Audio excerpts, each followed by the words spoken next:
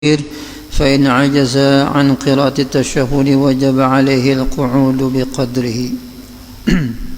Alhamdulillah, puji syukur senantiasa kita panjatkan kehadrat Allah Subhanahu wa taala. Salawat teriring salam semoga selalu tercurah ke hariban junjungan kita Nabi besar Muhammad sallallahu alaihi wasallam beserta ahli keluarga beliau, para sahabat, kerabat dan orang-orang yang senantiasa mengikuti jejak langkah beliau, mengikuti sunnah-sunnah beliau dari dahulu sekarang sampai akhir zaman. Menyambungi pengajian kita di dalam kitab Taqriratus Sadidah sampai kepada Ar-Ruknul Ashir, rukun yang ke-10 daripada rukun salat, rukun sembahyang, yaitu Al-Qu'udu bit Tasyahhudil Akhir, duduk untuk membaca tasyahud akhir.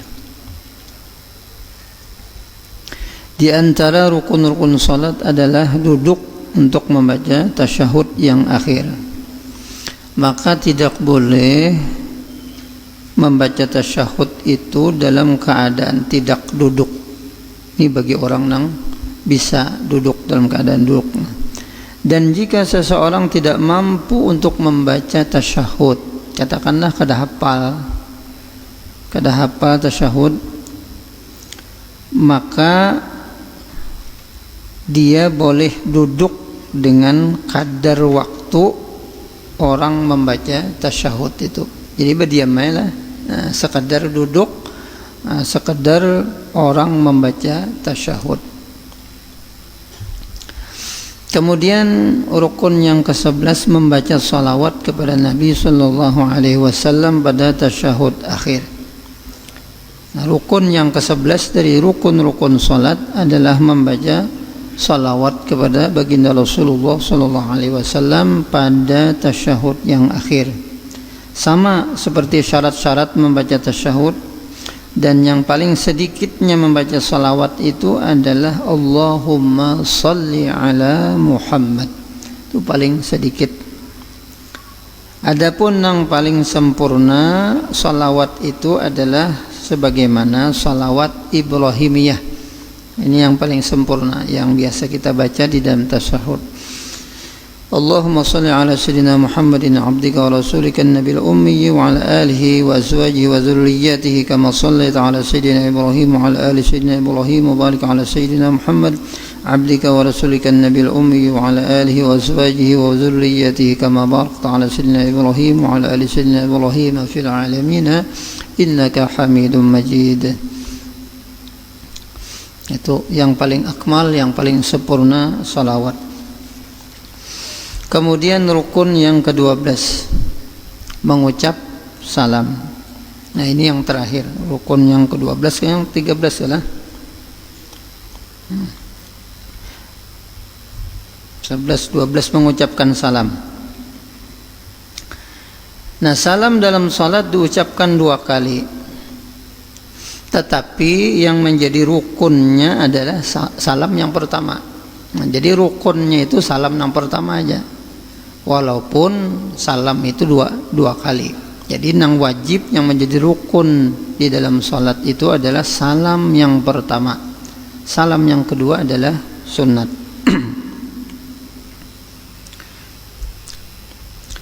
Sehingga jika setelah mengucapkan salam yang pertama lalu seseorang itu batal salatnya, salam pertama misalnya assalamualaikum warahmatullahi, batal takantut mamanya, maka sudah sah sudah salatnya. Karena salam yang pertama itu adalah merupakan rampung daripada pengucapan salam, artinya tuntung sudah pekerjaan salatnya, karena dimulai salat itu dari takbir, diakhiri dengan salam, yakni salam yang pertama.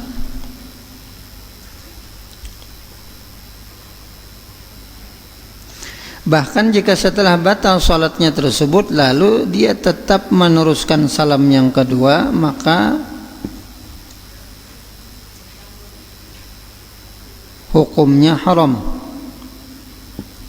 Karena sebenarnya dia sudah keluar daripada salatnya, jadi tidak boleh lagi dia melanjutkan salam yang kedua. haram lah. Di kitab sini lah. Nah, jadi lamun sudah salam, assalamualaikum warahmatullah, tuk mana dah tot ya pantut. Nah, kada usah lagi salam kedua. Nah, jadi cukup sekali itu sudah, karena bilanya dilanjutakannya ketangkaninya sudah batal, maka hukumnya haram. Syarat-syarat mengucapkan salam, yang pertama membacanya dengan alif lam ma'rifah pada lafaz salamnya. Jadi kada boleh salamun alaikum, itu kada boleh, itu nakirah ngarannya dalam ilmu nahwu. Jadi wajib membuat alif lam ma'rifah assalamu alaikum. Nah, assalamu alaikum. Kemudian yang kedua, syarat salam itu membacanya dengan menggunakan dhamir kaf khitab. Maka tidak boleh menggunakan dhamir lainnya seperti salamun alaihim atau assalamu alaihim. Tidak boleh, itu wajib dengan dhamir kaf khitab namanya. Assalamualaikum. Jadi tidak boleh assalamu alaihim. Tidak boleh. Kemudian syarat salam yang ketiga menggunakan kaf khitab jama', bukan mufrad atau musanna. Assalamu alayka kada boleh, atau assalamu alaikuma kada boleh, atau assalamu alaikunna kada boleh. Jadi harus jama' assalamu alaikum, kada boleh, alaikuma kada boleh. Yang keempat, menyambung antara kalimat assalamu alaikum tanpa ada antaranya, tanpa ada jeda. Jadi kada ada selak kalimat yang memisah antara kedua lafaz itu. Kalau assalamu alaikum, nah itu arannya ada sela, ada jeda, itu kada boleh. Jadi kada sah salam yang demikian itu. Kemudian membaca dua kalimat salam itu langsung tanpa berhenti antara keduanya. Lamun terpisah antara keduanya dengan kadar waktu mengambil nafas lalu mengeluarkannya kembali, maka tidak sah dan harus diulang. Nah, walaupun memisahnya itu sekadar mengambil napas saja, itu kada boleh juga. Assalamualaikum warahmatullahi wabarakatuh. Nah, itu kada sah. Jadi wajib diulang. Ulang bahasa pulang. Assalamualaikum warahmatullahi. Jadi jangan antara assalamualaikum itulah. Antara assalamualaikum assalamunya lawan alaikum tuh, nah di situ nang kada boleh. Jadi antara assalamu lawan alaikum, jadi kada boleh binak di situ. Walaupun ambil napas saja deh. Jadi namun ambil napas antara assalamu alaikum, maka diulang kembali. Jadi kada sah salamnya lagi. Kemudian mengucapkan salam dalam keadaan menghadap kiblat dengan dadanya. Jadi dada masih menghadap kiblat. Tidak sah mengucapkan salam tatkala sudah tidak lagi menghadap kiblat. Jadi dadanya masih wajib menghadap kiblat. Lamun dadanya kada menghadap kiblat, kada sah salamnya. Kemudian maksud, dia tidak bermaksud dengan salamnya itu memberitahu orang lain dengan arti dari salam itu.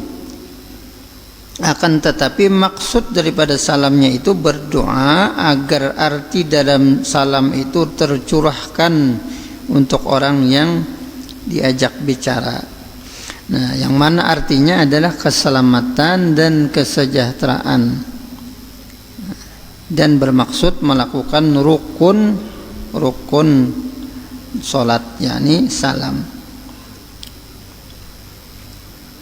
Kemudian syaratnya lagi mengucapkan salam dalam keadaan duduk. Kada boleh berdiri, kecuali sembahyang nang berduduk, apa ngarannya itu berdiri. Adalah sembahyang berdiri lah sampai salam adalah. Maka tidak sah jika mengucapkannya sambil berdiri sebelum tuntas salamnya secara keseluruhan. Kemudian yang kesembilan, mengucapkan salam dengan suara serta dilafazkan. Jadi wajib bersuara, wajib kedengaran telinganya. Kenapa? Karena salam itu merupakan rukun qauli. Rukun qauli itu wajib telinganya mendengar. Kada boleh mengucapkan salam dengan hati atau menggunakan mulut tanpa suara, karena salam itu termasuk tadi rukun qauli yang wajib dilafazkan dengan suara. Kemudian syarat yang terakhir, mengucapkan salam dengan bahasa Arab, maka tidak boleh diucapkan dengan terjemahannya sebagai ganti daripada salam tersebut. Adapun sunnah-sunnah dalam salam, sunnahannya pertama diantaranya ketika memulai mengucapkan salam wajahnya menghadap kiblat, baru ketika mengucapkan mim daripada alaikum tadilah dia menoleh ke kanan. Jadi assalamu alaikum.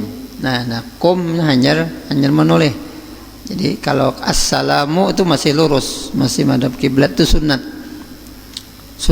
Nah, walaupun boleh langsung ya assalamualaikum warahmatullahi, langsung boleh, tetapi nang afdalnya assalamualaikum. Jadi begitu kum hanya menoleh ke kanan.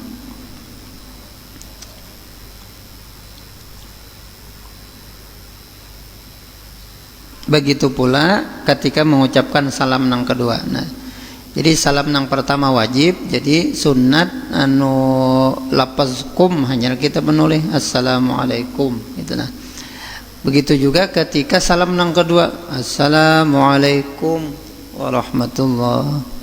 Nah, jadi ketika kumnya itu hanya menoleh.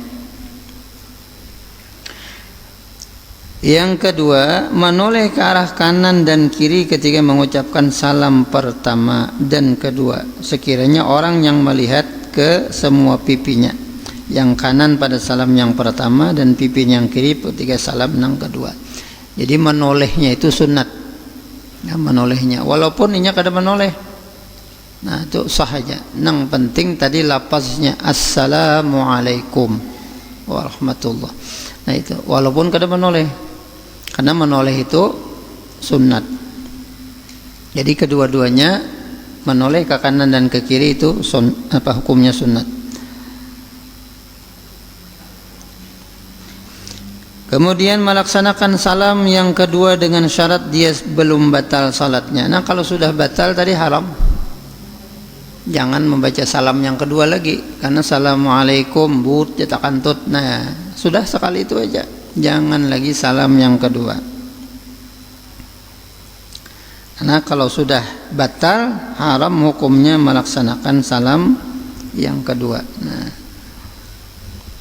sayang je ngalang-ngalang maka itu pang sudahlah. Nah itu jadi mau nyak ada tahu itulah batal tetap aja terus akannya salah. Nah, padahal kada boleh, haram hukumnya. Jadi bila sudah batal sekali salam tadi, maka jangan lagi melanjutkan salam yang kedua. Kemudian menambah salamnya dengan kalimat warahmatullah. Nah itu sunat hukumnya. Jadi nang wajibnya assalamualaikum itu aja, menolehnya sunat, salamnya dengan assalamualaikum kayak itu aja. Nah itu nang wajibnya, itu nang rukunnya. Adapun menambah assalamualaikum warahmatullah, menambahi warahmatullahnya itu sunat. Nah jadi bukan wajib. Jadi kalau ada orang salam assalamualaikum, napa pulang nih jar, maka bertinggal, itu sunat. Itu nang orang menggawi nang wajibnya aja. Jadi nang wajibnya itu assalamualaikum kan situ aja. Jadi warahmatullahnya sunat. Apalagi misalnya ditambahi wabarakatuh maginnya itu sunat. Nah, nyada kalau nambah tambah assalamualaikum warahmatullahi wabarakatuh. Nah, kalau nangka itu jauh bertambah itu sunat. Nah, tetapi kita menambah wabarakatuh itu biasanya kalau kita sembahyang mayit. Yang mayit kalah wabarakatuh bertambah. Tapi kalau sembahyang waktu ini kan warahmatullah aja, kada bertambah wabarakatuh. Kemudian mengucapkan salam dengan cepat tanpa dipanjangkan dengan memisah antara salam yang pertama dan kedua dengan kadar waktu membaca kalimat subhanallah. Jadi antara memisah salam pertama dan salam kedua itu kadar tasbih subhanallah aja. Jadi harus cepat. Kalau panggilan membaca macam-macam dibaca atau apakah misalnya nang tambahan macam-macam itu kada boleh. Jadi jangan, bukannya haram kadalah, cuman makruh gitu nah. Ada kan haram. Jadi jangan sampai talawas jedanya antara salam yang pertama dan yang kedua itu jaraknya sekedar membaca tasbih aja. Subhanallah. Berarti cepat telah. Assalamualaikum warahmatullah. Assalamualaikum warahmatullah. Kayak itu aja tak? Jangan sampat misalnya Assalamualaikum warahmatullah. Apakah misalnya nang ditulis dinampakin diga, nah hanya sebelah belang, nah itu makruh. Jadi cepat aja. Jadi jaraknya antara salam yang pertama dan salam yang kedua itu sekedar membaca tasbih subhanallah, kayak itu aja. Jadi harus cepat. Kemudian setelah itu niat keluar daripada salat ketika mengucapkan salam yang pertama. Jadi berniat keluar daripada salat. Dan ini khilaf di kalangan para ulama. Ada yang mengatakan berniat keluar itu wajib, sebagaimana kita berniat masuk sahjaku sembahyang ketika takbiratul ihram itu nah. Itu kan wajib kalau sahjaku sembahyang fardu maghrib umpamanya. Nah itu wajib. Nah begitu assalamualaikum warahmatullah berniat juga sahjaku keluar daripada salat. Nah itu untung sudah. Nah itu ada ulama yang mengatakan wajib juga berniat keluar. Tetapi ada juga yang tidak mewajibkannya. Jadi walaupun kita kada berniat keluar ya otomatis ya kalau sudah keluar daripada salat karena sudah mengucapkan salam yang pertama. Tetapi untuk menambah kesunahan pahala, nah afdalnya kita berniat juga keluar daripada salat. Nah itu dapat pahala sunat. Nah supaya jangan khilaf antara nang mewajibkannya. Jadi kita mbah salam pertama berniat keluar daripada salat. Kemudian niat mengucapkan salam tersebut kepada para malaikat. Jadi niat kita mengucapkan salam keselamatan, kesejahteraan itu kepada malaikat nang di kanan dan kepada kaum muslimin. Nah, mukminin yang berada di jihad sebelah kanan. Jadi siapapun yang sebelah kanan kita ucapkan salam juga dengan salam kita yang pertama. Termasuk juga tidak hanya manusia, jin juga. Jadi tidak hanya manusia yang sembahyang sebenarnya. Nah, jin ada juga. Jadi kalau orang yang dibukakan hijab, orang kasyaf melihat adalah makhluk yang lain daripada manusia, jin. Cuman karena kita kada kasyaf, kada melihat, nah kada bisa indra nang keenam lah, kada melihat. Nah. Jadi ada jin, ada manusia. Jadi ucapan salam kita tujukan kepada mereka, manusia dan jin yang beriman, yang ada di sebelah kanan kita. Begitu juga malaikat yang sebelah kanan. Dan yang berada di arah kirinya ketika salam yang kedua. Nah, jadi sebelah kirinya orang yang beriman, baik kalangan manusia maupun jin dan juga para malaikat. Begitu pula kita berniat untuk menjawab salamnya imam. Nah, jadi makmum ada tambahan. Jadi makmum ada tambahan selain dia mengucapkan salam pada malaikat, salam kepada orang beriman, kalangan jin dan manusia sebelah kanan dan kirinya, tetapi juga dia berniat menjawab salamnya imam. Nah, makmum inilah berniat juga menjawab salamnya imam.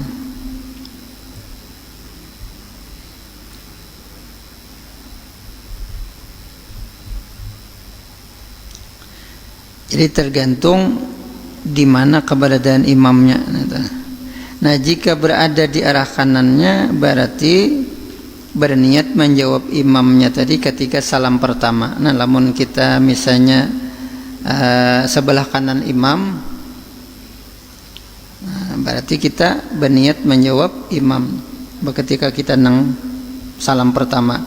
Kalau kita berada di sebelah kirinya imam, berarti kita berniat menjawab salamnya imam pada salam yang kedua. Itu bila kita berada sebelah kiri imam, kita berniat menjawab salamnya imam itu pada salam yang kedua. Kemudian yang terakhir tartib. Nah, rukun 13 nang sempurna, artinya rukun sembahyang nang terakhir adalah tartib.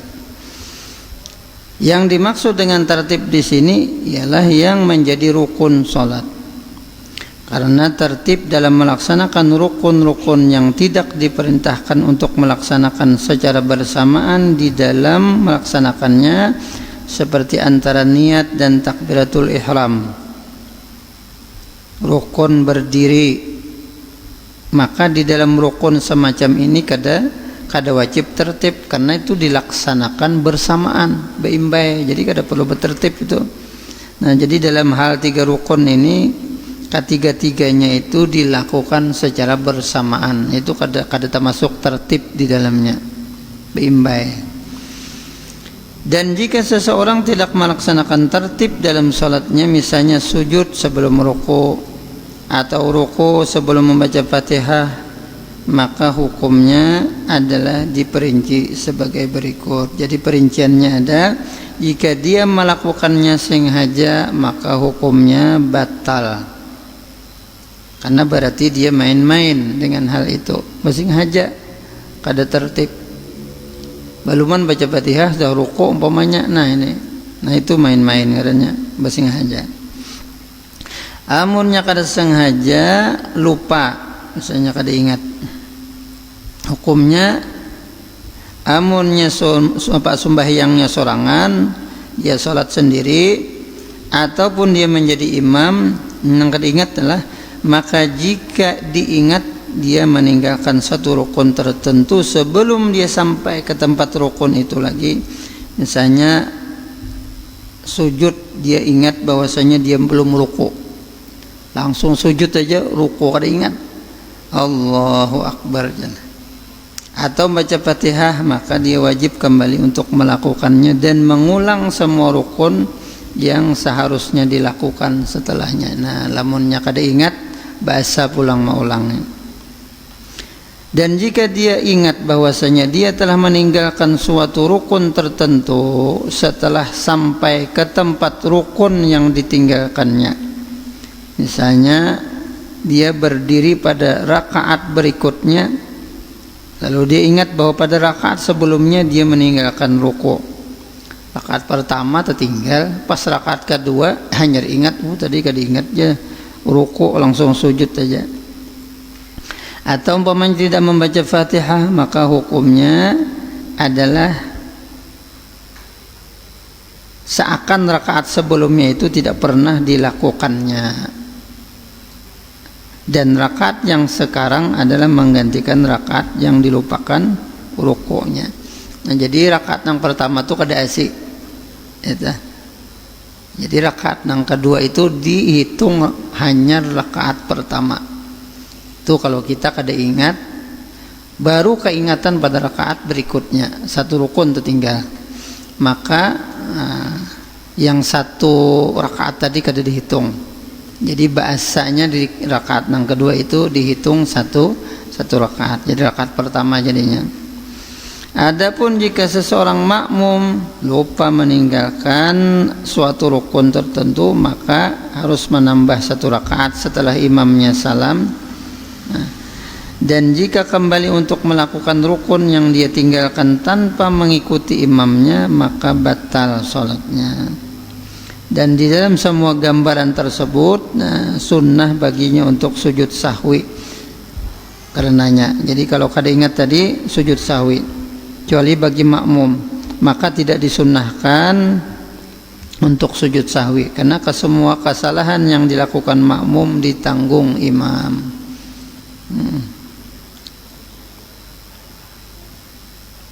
Tapi lamunnya imamnya sujud sahwi, nah, mau umpati juga makmumnya kada apa-apa juga, lamunnya kada umpatnya kada apa-apa. Nah, jadi kada ingat rakaat tadilah, rakaat yang pertama kada ingat ruku langsung sujud. Nah pas rakaat yang kedua, nah itu hanya dihitung rakaat pertama. Karena lamun sudah selesai hanya sujud sahwi, itu sunat sujud sahwi. Namunnya kada sujud sahwi ya kada apa-apa juga. Nah karena hukumnya sunat saja. Kemudian sunnah-sunnah salat kita. Wallahu subhanahu wa ta'ala alam.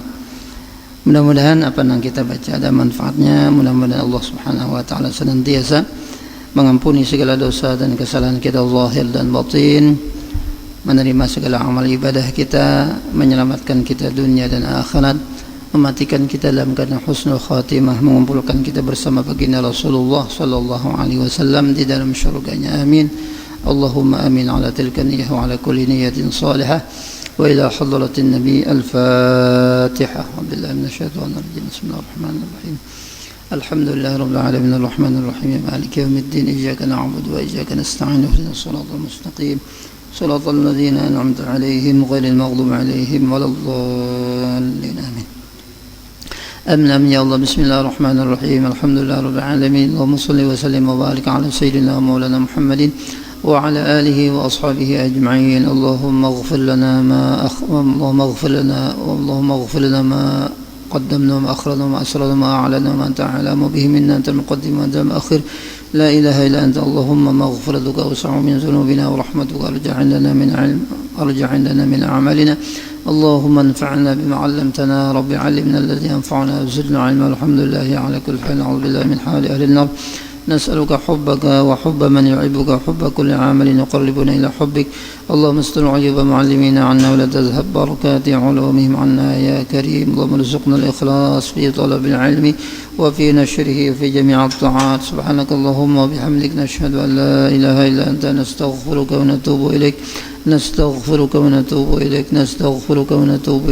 وصلى الله على سيدنا محمد النبي الأمي وعلى آله وصحبه وسلم. بفضل سبحان ربك رب العزة عما يصفون.